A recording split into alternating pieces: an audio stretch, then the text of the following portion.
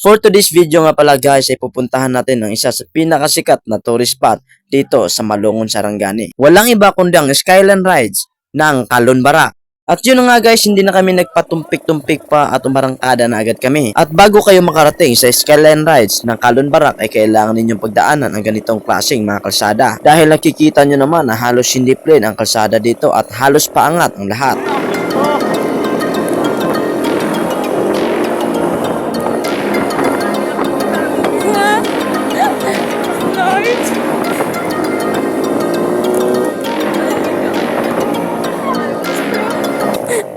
Sa kahabaan ng aming biyahe at sinamahan pa ng mahirap na daanan, ay napahinto ako para hintayin pa ang iba naming mga kasamahan. Nauna kami dahil nga hindi namin namalayan sa bilis na aming pagtakbo.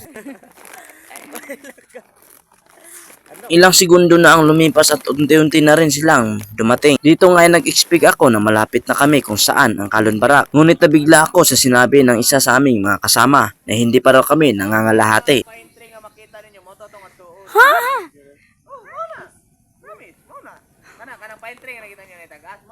Akala ko ako lang ang nabigla pero lahat ng kasama namin ay nabigla rin. Abi nakagod na. Nakitaan mo ko na muna. Okay na. At kung nakikita ninyo ang pine tree na yan guys, dyan pa kami papunta.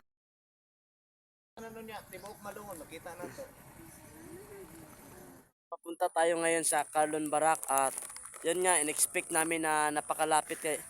So, yung itinuro ni Pastor Mark kanina yung pine tree, aba, doon namin nalaman napakalayo pala ng Kalon Barak, ano eh?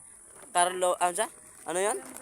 Kalon Barak. Ayun, napaganda guys. See you there. At dahil nga sa sobrang angat ng daanan ay isa sa aming mga kasamahan ay hindi kinaya ng kanyang motor. At mabuti na nga lang at mayroong dumaang sasakyan na kusang nagpasakay sa ibang mga sakay ng mga motor.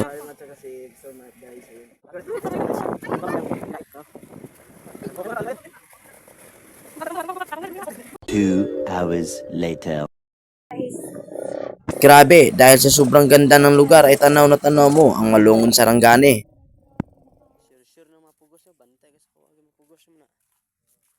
So yun guys, we are here right now at Kalon Barak. Grabe, napakaganda. So kung nakikita nyo naman, so kahit saan pwede kang pumisto. Ayan, ito nga po pala yung mga kasama natin ngayon.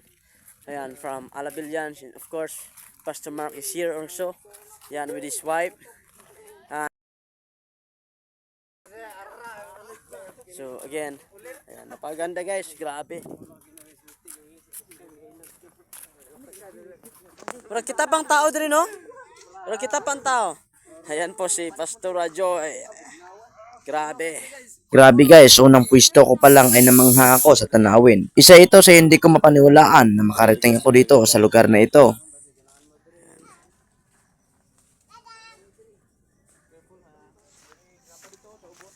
Asa? Hi guys, welcome to my guys. Ayun. So guys, good morning. Nandito tayo ngayon sa Kalon Barak at of course, kasama ko yung dalawa kong member ng Alabel. Ayan. Hi sa mga nakasama. Ayan, si Jenny at saka si Prongo. So guys, grabe, napakaganda ng Kalon. Sorry, not Kalon pala. It's what they called it Kalon Barak. So napakaganda po dito sa Kalon Barak. Ayan guys. Super ganda talaga. And yun guys, mayroon pang magandang pwesto dito. Ito guys, kung makikita ninyo. Yan guys. 'Di ba sobrang ganda? So mayroon siyang light sa gitna na kung saan pwede tayong umupo. Just like pwede ito dito guys. Grabe. Napaka-relaxing talaga ng Kalon Barak. Ayan. So kung nakikita ninyo, marami po siyang mga sitio. Yun, nakikita natin yan lahat. Pilong po ito ng Malungon, Sarangani. Napakaganda. At ang nandun naman po ay nandun po sila Pastor Mark with his wife and his daughter. Ayun. So bro guys, napakaganda. Dito sa lugar na ito guys ay isa sa pinaka-perfectong tambayan upang mag-isip sa mga dapat isipin. Tulad ko na nakarating sa lugar na ito upang makapag-isip sa pinaka-dapat kong isipin, lalo na sa sarili ko. Puntahan natin yung ilan nating kasama. Alright, hi sa mga taga-Alabel.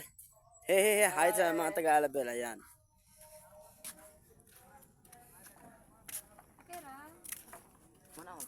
So guys, try natin bumaba.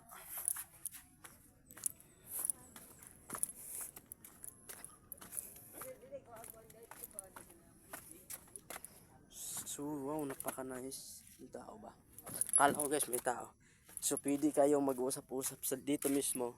At yung nasa ibaba, ito na yon. So kung makapunta kayo ng Kalon Barak personal, napakaganda talaga. So ito yung munting tindahan nila ng Kalon Barak. Ayan, so meron silang bangka. Ayan, may mga bangka silang ginawa. Siyempre, napakaganda. Guys, grabe. Ang ganda. Sobrang ganda talaga. So pwede naman siguro ang akyatan dito, no? Ewan ko kung pwede. Siguro hindi na pag-maintain yung mga spider na dito.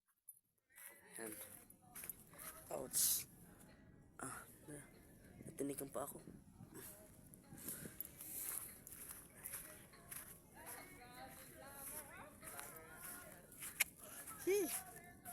So ayun guys, nagkamali ako sa pangalan ng eryang ito. Hindi pala ito Kalon Barak.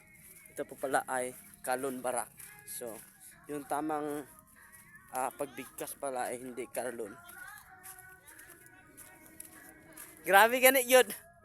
So yun nga guys, sabi nila grabing reward ni Lord na binigay sa akin ngayon. Kasi sa sobrang busy ng ministry, nakasama ko pa yung mga ilan at ilan sa kanila. Ayan, ito mga busy lahat to sa ministry actually. So walang araw na hindi kami nakapagpahinga pag ministry yung pag-usapan. Kaya ito yung reward ni Lord para sa aming lahat. So, sinong naniniwala sa inyong reward ito ni Lord? Okay. Ay, walang naniniwalang reward ito ni Lord. Kami. Yeah. Reward po ito ni Lord na bigay sa amin para makapagpunta ng Kalon Barak. Napakaganda and sulit na sulit. Grabe.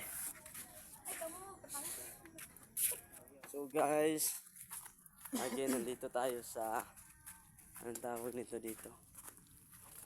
Palaruan or what? Ano ba? So nandito tayo for mga kiddos. Ayan, so napakaganda. Yung just ko nakikita ninyo.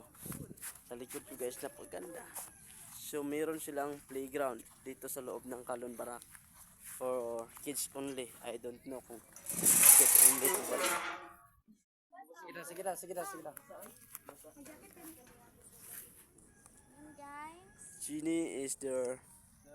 riders na naman pa dito. Ayaw pagunin.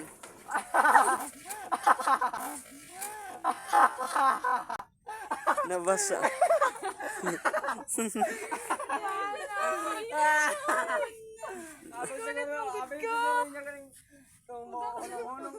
Nakakulong sa ngayon. Ayun yung sa ano. Ay lagi yung sumuga. Mga monkeys. Yan. Ito yung mga monkeys dito. Yan.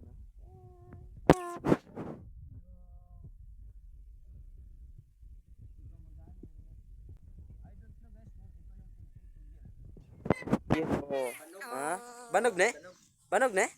So guys, ito yung nakikita namin dito kadalasan sa Barangay Spring. Ito yung tinatawag namin na banog. Damgoro. Banog? And guys, ito na yung pinaka-intense na dapat nating makitang lahat. Ayan. Yun guys, hindi ko makitang malapitan.